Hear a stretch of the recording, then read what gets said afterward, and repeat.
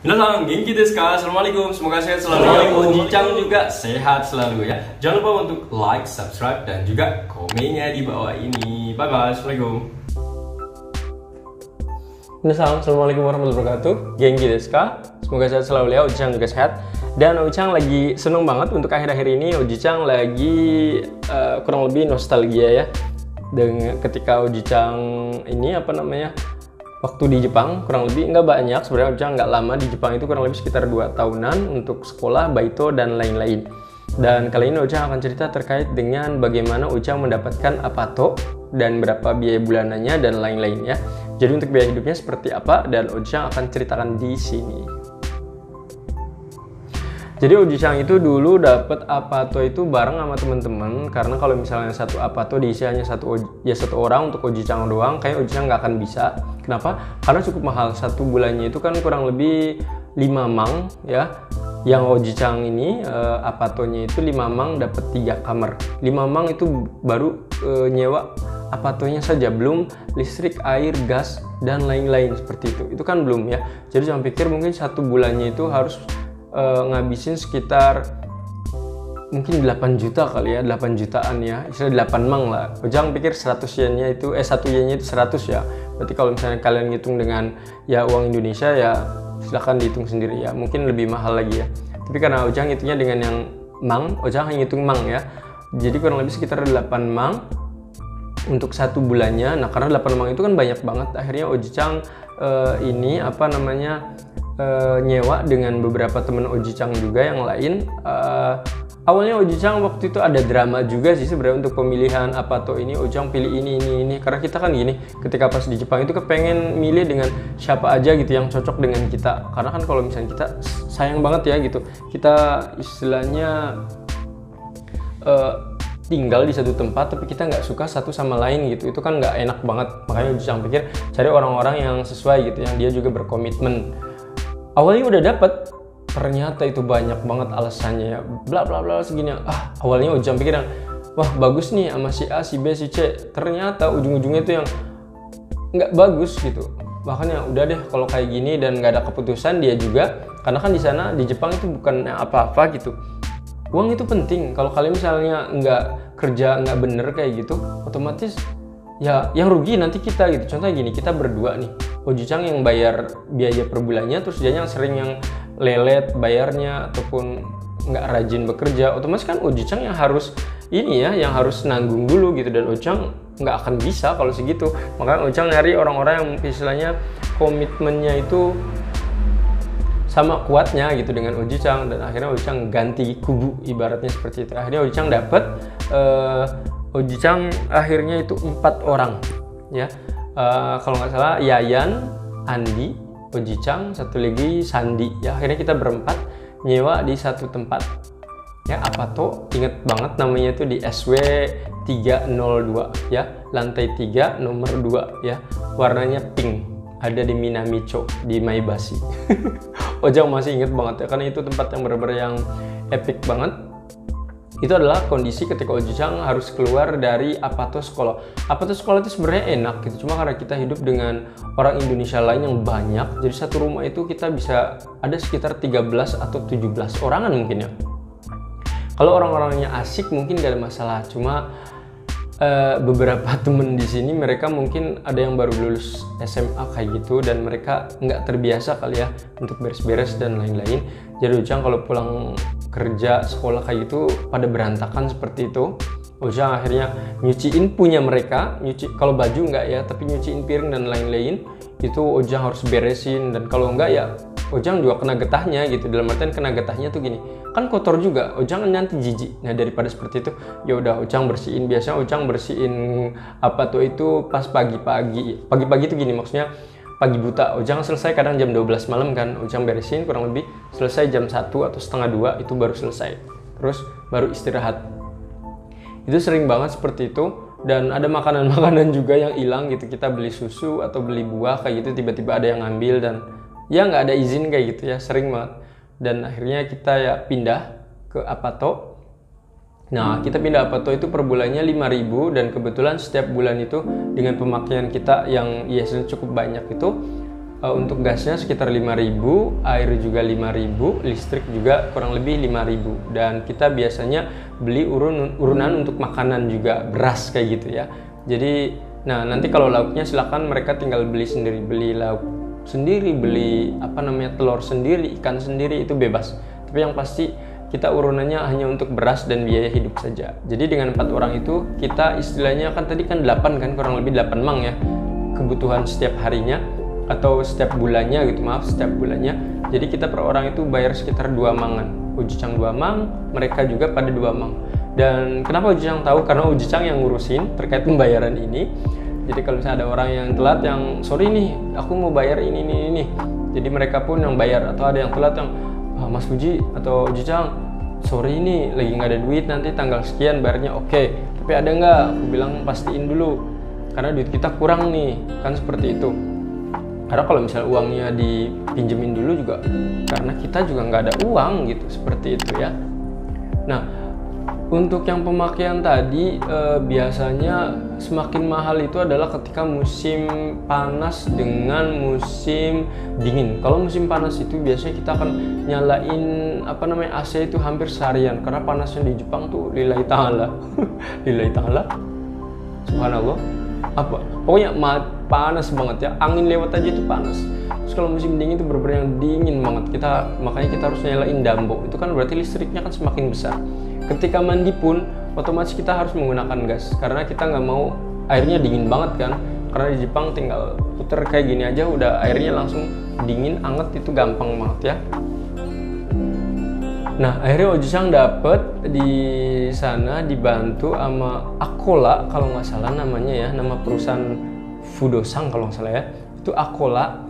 Dan alhamdulillah ketika Ojicang dapet Apato itu nggak perlu ada penjamin dan lain-lain, karena sebelumnya Ojicang nyari ke tempat yang lain atau agent ini, Ojicang harus diminta untuk ada orang Jepang yang jadi penjaminnya. Dan Ojicang di sana kita masih baru ya, jadi nggak mungkin minta bantuan orang lain untuk jadi penjamin ya.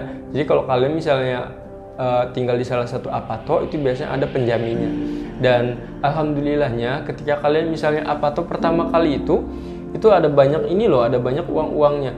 Ada uang reiking, shikiking. Reiking tuh kayak uang berterima kasih kayak gitu karena sudah dicariin tempat tersebut. Terus juga ada yang shikiking itu kalau nggak salah kayak duit deposit kayak gitu. Jadi kalau terjadi sesuatu, duit tadi tuh bisa digunakan untuk benerin hal-hal yang rusak tadi. Dan kebetulan pas kita dapet itu nggak ada reiking, nggak ada shikiking, bener-bener alhamdulillah dimudahkan gitu.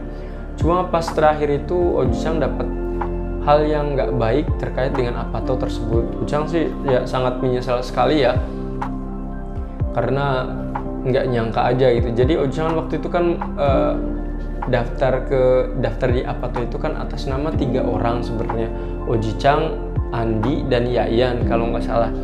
Nah kebetulan pas sampai terakhir itu kita kebetulan 3 orang ini pulang duluan. Dalam artian pulang duluan itu sudah selesai sekolahnya, baitonya sudah selesai. Akhirnya kan diserah terimakan ke orang lain. Dan ketika diserahkan ke orang lain, otomatis kan yang biasa ngurusin duit kan Ojicang tuh, yang tiap bulan itu diserahkan ke orang lain, itu banyak yang macet sekali.